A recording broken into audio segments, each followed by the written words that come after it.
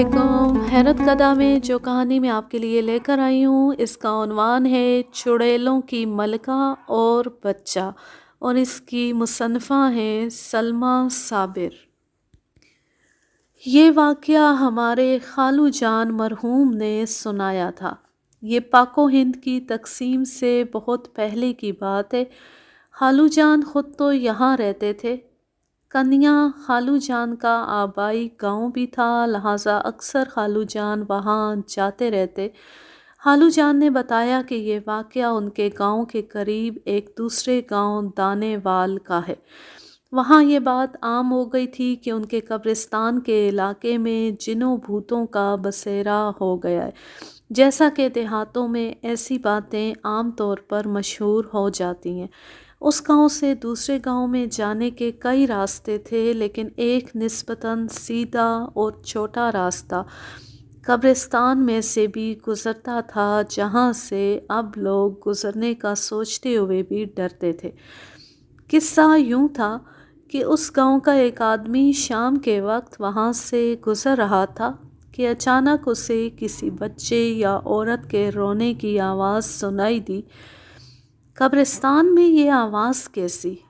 उसने सोचा, इर्द गिर्द देखा, दूर दूर तक उसके अलावा कोई इंसान दिखाई ना दिया तो वो दहशत ज़दा हो गया।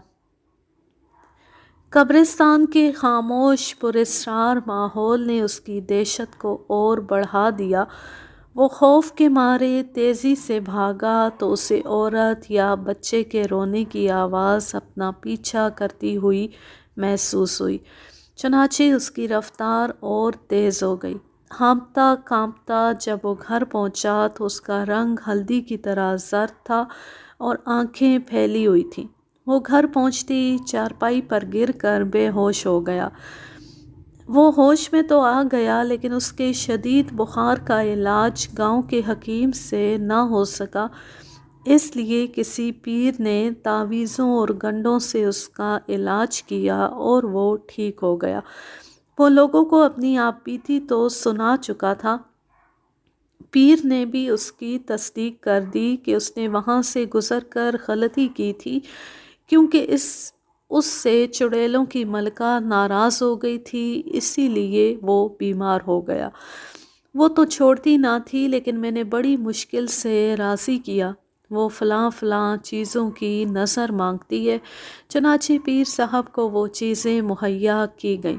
पीर साहब ने मलका चुड़ैल की बात सुनाई तो लोग भी कहने लगे कि उन्होंने खुद अपनी आँखों से उल्टे पैरों, लंबे दांतों और अंगारा जैसी आँखों वाली चुड़ैलों को वहाँ घूमते देखा है।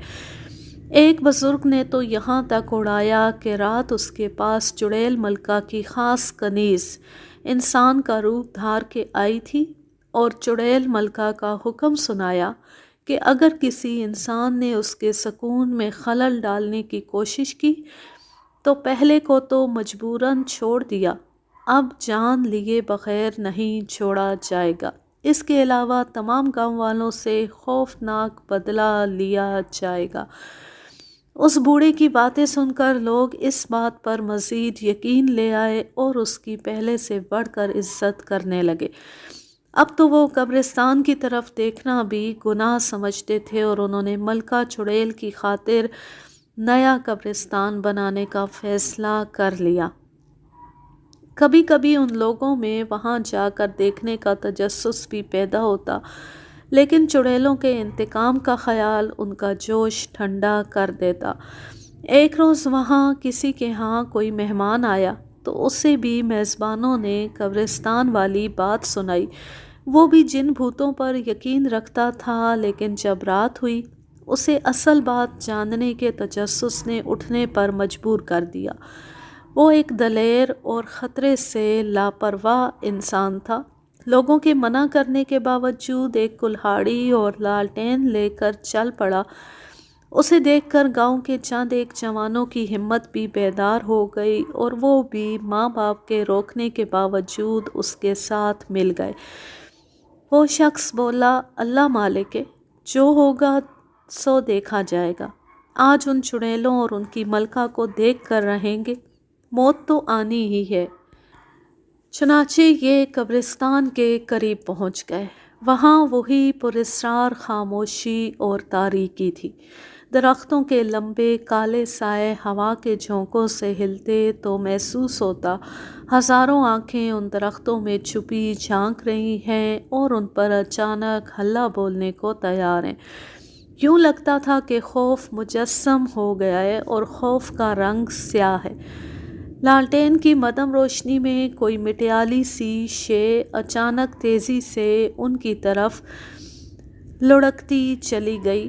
ان کے دل تیزی سے دھڑک رہے تھے اور خوف کے نوکیلے پنجوں نے ان کی گردنیں جکڑ لیں اور زبان بولنے سے قاصر ہو گئی، لیکن ان جوانوں کے آگے آگے لالٹین لیے چلنے والے شخص نے جلد ہی خوف کو ہرا دیا اور اس سمت دیکھنے لگا جدھر وہ چیز گئی تھی۔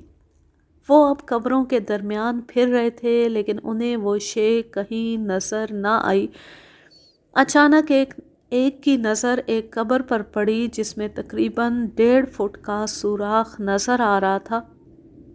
وہ آدمی بولا، وہ مٹیالی سی چیز یقیناً اس سوراخ میں داخل ہو گئی ہے۔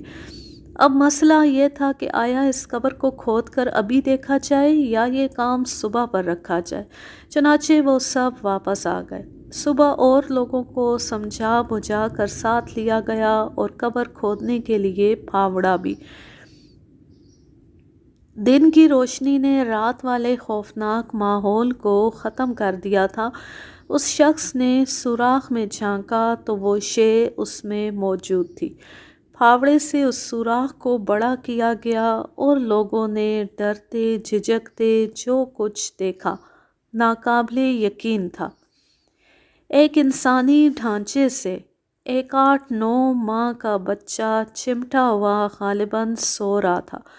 ان لوگوں کے شور سے وہ جاگ گیا اور خوفزدہ ہو کر چیخنے لگا۔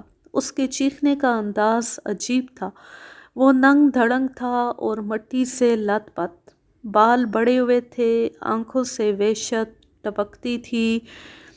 اس بچے کو نکالنے سے پہلے اس گاؤں کے نمبردار اور دیگر بزرگوں کو بلایا گیا تاکہ وہ حقیقت سے واقف ہو سکیں اور بچے کو نکالنے کے متعلق فیصلہ دیں۔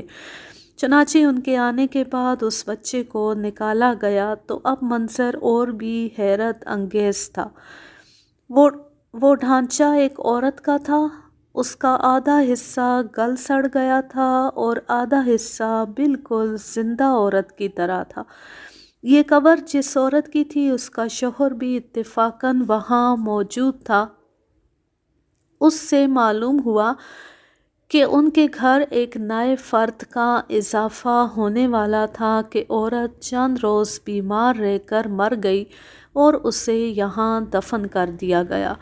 اس عورت کو مرے 10-11 ماہ ہو چکے تھے اور عورت کو دفن کرنے کے بعد کیا ہوا کسی کو خبر نہ تھی۔